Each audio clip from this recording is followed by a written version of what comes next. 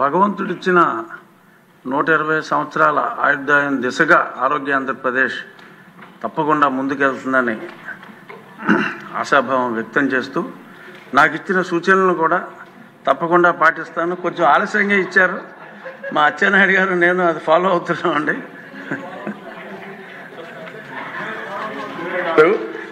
నాకు ఒకటి జ్ఞాపకం ఉంది, చిత్తూరు ఎమ్మెల్యే కూడా ఉన్నారు. ఓకే, మీరు చాలామంది మీరు ఫిజికల్గా కనపడుస్తున్నారు, కొంతమంది ఫిజికల్గా కనపడడం లేదు, లోపల ఉన్నాయి. అంటే ప్రాబ్లమ్స్, హెల్త్ ప్రాబ్లమ్స్. నేను ఒకప్పుడు చెప్పేవాడిని, పోలీసులను చూసి చాలా 95లో చాలా గట్టిగా చెప్పేవాడిని, ఎవరికైనా పొట్టుంటే ఇమ్మీడియట్గా పోయి ఎవ్రీడే ఎక్సర్సైజ్ చేయాలి, నువ్వు నాకు ఇంకొకసారి కనపడిస్తే మాత్రం నేను వదిలిపెట్టనని చెప్పేవాడిని. డాక్టర్లు చెప్పేవాడిని,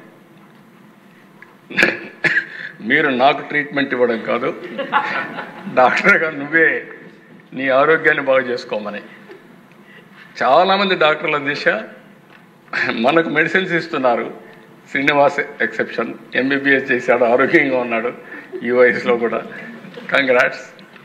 చాలామంది డాక్టర్లంతా పేషెంట్లే. అంటే మనం చెప్పే మనకుండే నాలెడ్జ్ని వేరే వాళ్ళ కోసం చెప్తున్నాం తప్ప మనం ప్రాక్టీస్ చేయడం.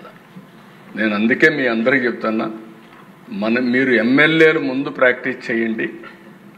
మీరు ఒకటే మీరు చేయాల్సింది, మళ్ళీ చెప్తున్నా,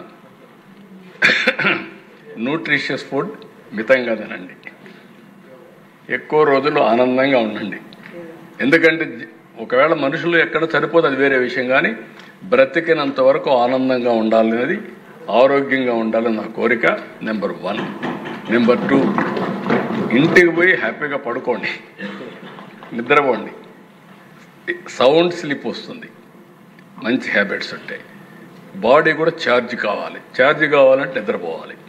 2, మార్నింగ్ ఎన్ని పనులున్నా, ఇప్పుడు ఆరోగ్య మంత్రి కూడా ఇంకా ఎక్సర్సైజ్ చేయడం లేదు, నేను అది కూడా చెప్తున్నా, ఒక 45 మినిట్స్ 1 అవర్ యోగా అన్న చేయండి, ఎక్సర్సైజ్ అన్న చేయండి.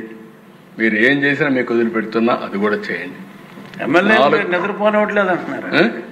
ఎమ్మెల్యేలు మీరు ఎవరిని బాధ పెట్టడం లేదు, మిమ్మల్ని కూడా బాధ పెట్టడం లేదు.